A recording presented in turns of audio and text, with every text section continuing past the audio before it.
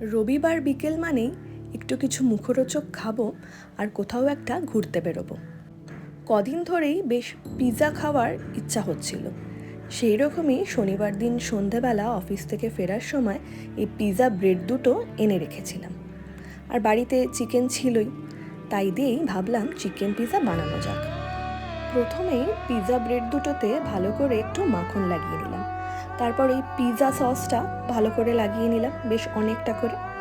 তারপর পছন্দ মতন ভেজিটেবলস দিয়ে দিলাম। আমি এখানে দিয়েছিলাম পেঁয়াজ কুচি, ক্যাপসিকাম কুচি, আর ইয়েলো বেল পেপার আর রেড বেল পেপার। তোমরা চাইলে অন্যান্য ভেজিটেবলসও দিতে পারো। আর সাথে অবশ্যই দিয়েছিলাম চিকেন পিৎজা ছাড়া অন্য কিছু পিৎজা খেতে মোটেই ভালো লাগে না। আর অবশ্যই বেশ করে দিয়ে দিয়েছিলাম ওপরে মোজারেলা চিজ।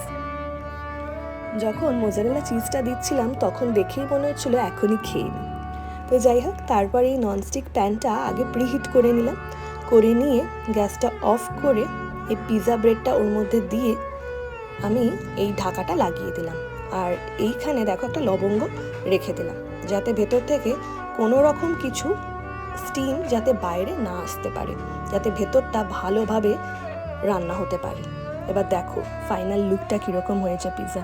উফ, অসাধারণ না? দেখেই মনে হচ্ছে একটা বাইট দিয়ে দিই। যাই হোক, আমি কন্ট্রোল করে আমরা পিৎজাটাকে রেখে আগে মেয়েকে নিয়ে চলে গেলাম পার্কে। সানডে মানেই মেয়েকে নিয়ে পার্কে যাবই যাব, এটা ম্যান্ডেটারি সানডে ভিজিট। আর আমাদের বাড়ির কাছে এই মোহিনীকুঞ্জ পার্কটাই সব থেকে আমার প্রিয়। বেশ খোলামেলা, অনেকটা জায়গা নিয়ে বানানো। আর মেয়েরও এসে দেখি বেশ ভালো লাগে, চারিদিকটা ভালোভাবে দেখো পার্কটা কি সুন্দর।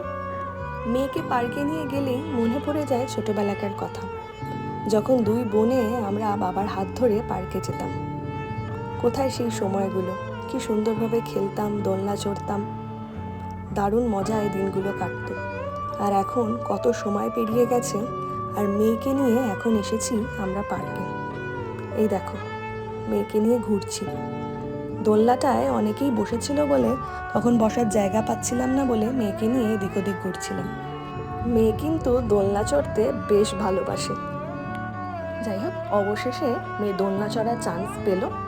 দোলনা ফোলনা চড়িয়ে মেয়েকে নিয়ে সোজা চললাম বাড়িতে। আর বাড়ি ঢোকার আগে আইসক্রিম আর ফুচকা মাস্ট।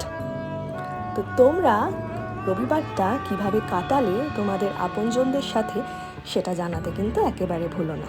আর তোমাদের যদি আমার এই ব্লগটা ভালো লাগে তাহলে অবশ্যই লাইক আর কমেন্ট করতে ভুলো না। তো চলো টাটা, দেখা হচ্ছে নেক্সট একটা মিনি ব্লগে।